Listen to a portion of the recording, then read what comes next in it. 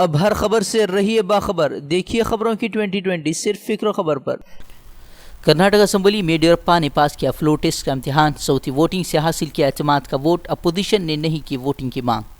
Congress J D S نے یڈیورپا کی حکومت کی تائید کا کیا اعلان، کہا عوام کی فلاح و بہبودی کے لیے ساتھ کھڑی ہے پارٹی، بی جے پی پر سازش کے ذریعے اقتدار حاصل کرنے کا بھی لگایا الزام۔ کرناٹک میں سرکار بدلنے کے بعد اسپیکر رمیش کمار نے دیا استعفیٰ، ڈپٹی اسپیکر کو سونپا استعفیٰ۔ کرناٹک کے سیاسی ڈرامے کے دوران توجہ کا مرکز بنے تھے اسپیکر۔ کرناٹک کے نااہل قرار دیے گئے 17 باغی ایم ایل اے نے سپریم کورٹ کا رخ کیا، اسپیکر کے فیصلے کو کیا چیلنج۔ کل اسپیکر نے باغی اراکین کو قرار دیا تھا نااہل۔ یو پی کے چندولی میں فرقہ وارانہ کشیدگی پھیلانے کی کوشش، 15 سالہ مسلم لڑکے کو 4 افراد نے جے شری رام جبرن کہنے کو کہا، نہ کہنے پر کیا گیا آگ کے حوالے، بچے کو اسپتال میں کیا گیا داخل۔ اسپیکر رما دیوی پر کیے تبصرے پر اعظم خان نے مانگی معافی، بولے میری بہن کی طرح ہے رما دیوی بھی ایوان میں رہی موجود۔ اعظم خان کی معافی کے دوران اکھلیش اور رما دیوی کے درمیان ہوئی نوک جھوک، اکھلیش نے بی جے پی پر خواتین مخالف پارٹی ہونے کا لگایا الزام۔ اناؤ حادثے میں سی بی آئی جانچ کے لیے تیار سرکار، سی بی آئی نے کہا اگر خاندان چاہے تو ہو سکتی ہے سی بی آئی جانچ۔ کل اناؤ عصمت ریزی متاثرہ کی کار ہوئی تھی حادثے کا شکار، چچی اور ماں کی ہوئی تھی موت، متاثرہ اسپتال میں داخل، گھر والوں نے سازش کا جتایا خدشہ۔ اناؤ معاملے پر سیاست شروع، متاثرہ سے ملاقات کے لیے پہنچی دہلی خواتین کمیشن کی صدر کو پولیس نے ملاقات کی نہیں دی اجازت۔ اناؤ حادثے پر سیاسی لیڈران کا سخت رد عمل، مایاوتی نے قرار دی متاثرہ کو مارنے کی سازش، پرینکا نے کہا اپنے نیتا پر بی جے پی مہربان، اکھلیش نے بھی سی بی آئی جانچ کا مطالبہ کیا۔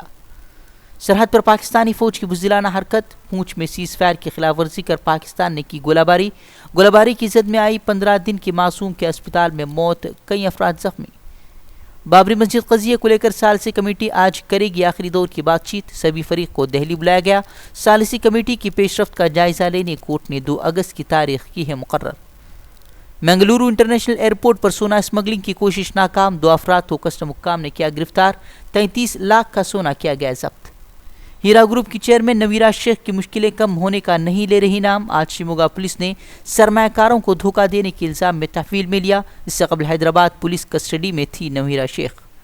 شاملی مدرسے میں آئی بی کی چھاپہ ماری کا معاملہ، یو پی پولیس نے آئی بی کو دی اہم جانکاری، چھاپہ ماری میں میانمار کے 4 شہری ہوئے تھے گرفتار۔ فلسطینیوں کے قتل عام میں ملوث اسرائیلی وزیراعظم بنجمن نتنیاہو کی انتخابی مہم شروع، انتخابی مہم میں ہندوستانی وزیراعظم نریندر مودی کی تصاویر کا کر رہے ہیں استعمال۔ کابل میں نائب صدارتی امیدوار کے دفتر پر حملہ، مرنے والوں کی تعداد بڑھ کر پہنچی 20، سیکیورٹی دستوں کی جوابی کارروائی میں کئی حملہ آور بھی ہلاک۔